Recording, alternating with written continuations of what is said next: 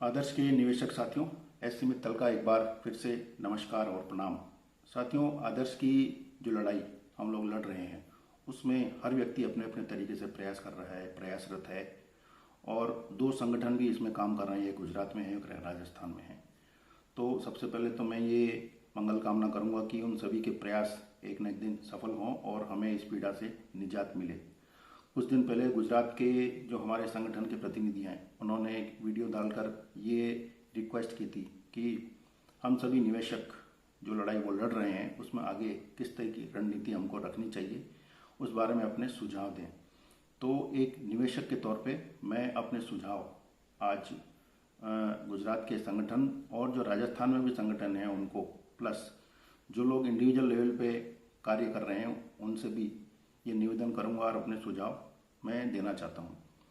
मेरा सबसे पहला सुझाव ये है कि जो भी संगठन या जो भी व्यक्ति काम कर रहे हैं, इस लड़ाई को लड़ रहे हैं, खासतौर से जो हमारे दोनों संगठन गुजरात और राजस्थान के हैं, उसमें साथियों ये जरूरी है कि जब भी कोई लड़ाई सम्मिलित रूप से लड़ी जाती है और अलग अलग संगठन अगर हैं तो उसमें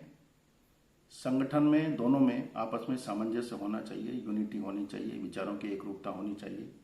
क्योंकि जहाँ इतने लोग निवेशक पीड़ित हैं वहाँ सफलता यूनिटी से ही मिल सकती है, और वो यूनिटी तभी आ सकती है जब सम्मिलित प्रयास हों, सम्मिलित लड़ाई लड़ी जाए। अभी जो भी लड़ाई लड़ी जा रही है उसमें दोनों संगठन अपने अपने विचारधारा के अनुसार अपने प्रयासरत हैं,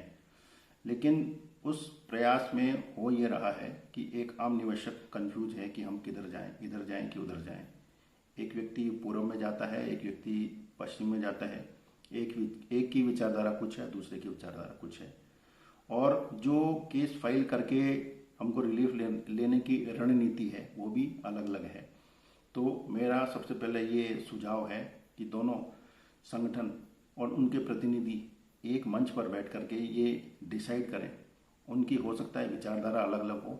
लेकिन कम से कम इस बात में विचार करें कि अगर हम रणनीति एक रखेंगे कि हमको केस कहाँ फाइल करना है, गुजरात में करना है या राजस्थान में करना है,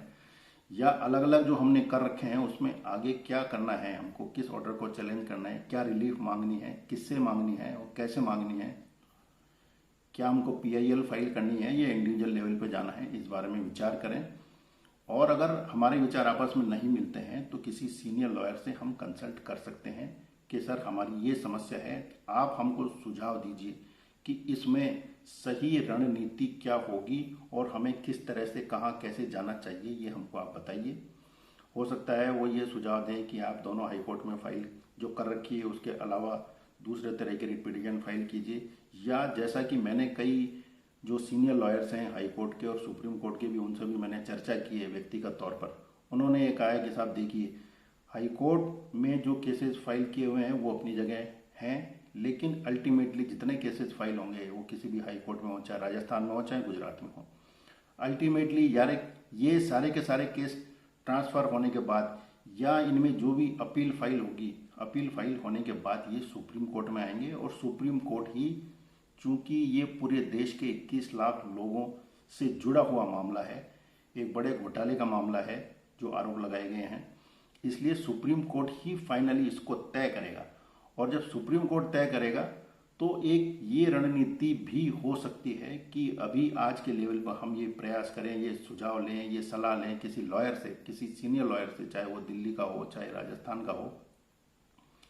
कि ऐसे मामलों में क्या हमारे लिए ये सही रहेगा कि बजाय अलग अलग हाई कोर्ट में हम रिट पिटीशन फाइल करें, क्या सीधे सुप्रीम कोर्ट में एक संगठन के रूप में हम रिट पिटीशन फाइल करें और सुप्रीम कोर्ट से ये हम मांग करें कि साहब जितने केस पेंडिंग है उनको अपने कोर्ट में मंगवा कर, सुप्रीम कोर्ट में मंगवा कर आप उनको तय कीजिए, आप उनको डिसाइड कीजिए और हमारे फेवर में डिसाइड कीजिए, हमको रिलीफ दीजिए। ये मांग हम किसी अच्छे लॉयर से मिलकर कर सकते हैं। ये मेरा पहला सुझाव है।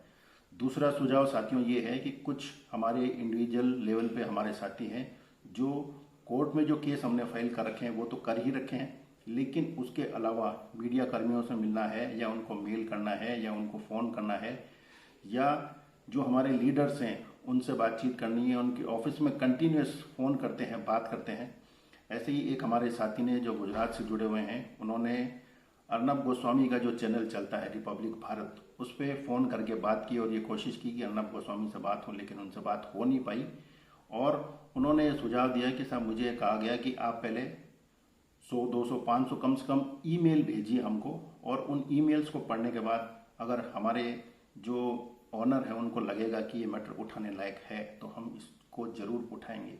ये सुझाव मेरे को उनका बहुत अच्छा लगा। और ये पढ़ने के बाद उसमें उन्होंने क्या उनको ईमेल करनी चाहिए हर व्यक्ति को, ये ड्राफ्टिंग भी भेजी है व्हाट्सएप पे। मैंने तुरंत रिपब्लिक भारत पे फ़ोन किया और जो कंसर्निंग व्यक्ति था उससे बात की। उन्होंने कहा कि साहब आप पहले ईमेल कीजिए और ईमेल करने के बाद हम डेफिनेटली आपकी बात हमारे ओनर्स तक पहुंचाएंगे और उनसे रिक्वेस्ट करेंगे कि इस मैटर को उठाया जाए, क्योंकि ये मैटर आज तक किसी भी नेशनल लेवल के चैनल पे उठाया ही नहीं गया है। प्रभावी तरीके से उठाना है वो तो एक अलग चीज़ है, लेकिन उठाया ही नहीं गया है। इसलिए मेरा आप सबसे ये रिक्वेस्ट है कि आप एक जो चैनल है, चाहे वो अर्नब गोस्वामी का रिपब्लिक भारत है या एनडीटीवी है या इंडिया टीवी है, उन सब में आप एक मेल जरूर कीजिए। अगर 500 लोग, 1000 लोग मेल करेंगे तो मुझे लगता है कि आज नहीं तो कल कोई ना कोई प्रभावशाली चैनल हमारे इस मैटर को उठाएगा और इसकी पैरवी करेगा कि इस मैटर में रिलीफ हम लोगों को मिलनी चाहिए। तो इस बारे में मैं राजस्थान के संगठन की भी तारीफ करूंगा कि उन्होंने बहुत सारे ईमेल एड्रेस दिए हैं, कॉन्टैक्ट नंबर दिए हैं, वो कंटिन्यूस देते हैं कि ये हमारे ईमेल एड्रेस है, इन पे आप ट्वीट कीजिए, इन पे आप जाइए, इन पे बात कीजिए, इन पे आप मेल कीजिए। तो जो मेल एड्रेस टीवी चैनल्स के भी दे रखे हैं उन पे आपसे मेरी रिक्वेस्ट है कि आप, क्योंकि इसमें कोई बहुत ज़्यादा हमको न तो खर्चा करना है न बहुत ज़्यादा हमको समय मिलता है। जो ड्राफ्टिंग है वो उन्होंने भिजवाई है, अगर आप चाहें तो मैं भी अपने लेवल पे जो मैंने ईमेल किया है वो आपको भिजवा सकता हूँ। तो ये प्रयास हम लोगों को जरूर करना चाहिए। ये मेरा दूसरा सुझाव है। और तीसरा सुझाव साथियों ये है कि हम लोग रिट पिटिशन फाइल कर रखी है हमने हाई कोर्ट में, गुजरात में और राजस्थान में, कि एडमिनिस्ट्रेटर लगाया जाए, सेंट्रल रजिस्ट्रार का जो ऑर्डर है उसको कैंसिल किया जाए, उसको क्वेश किया जाए। लेकिन उस ऑर्डर को कैंसिल करने के अलावा क्या दूसरी रिलीफ हो सकती है, क्या दूसरा विकल्प भी हो सकता है? और वो विकल्प ये हो सकता है कि सोसाइटी के जो पैसे बैंक में चले गए हैं या किसी दूसरी फर्जी कंपनियों में चले गए हैं जैसा आरोप लगाया गया है, तो उन फर्जी कंपनियों से क्या हम पैसा वसूल कर सकते हैं? ऐसा कोई तरीका है हाई कोर्ट में जाके या कंपनी लॉ बोर्ड में जाके, जैसा मुझे किसी ने बताया है? इस बारे में किसी सीनियर लॉयर से हम विचार करें, उनसे सुझाव लें, उनकी राय लें, और अगर संभव हो तो इस दूसरे विकल्प के बारे में भी हम सोचें। तो साथियों मुझे लगता है कि अगर इन तीनों सुझावों पे हम काम करेंगे तो सफलता आज नहीं तो कल जरूर मिलेगी। इसके अलावा मैं ये सबसे कहूँगा कि आप ये नहीं सोचें कि इतने ट्वीट कर दिए उससे कुछ फ़ायदा नहीं हुआ,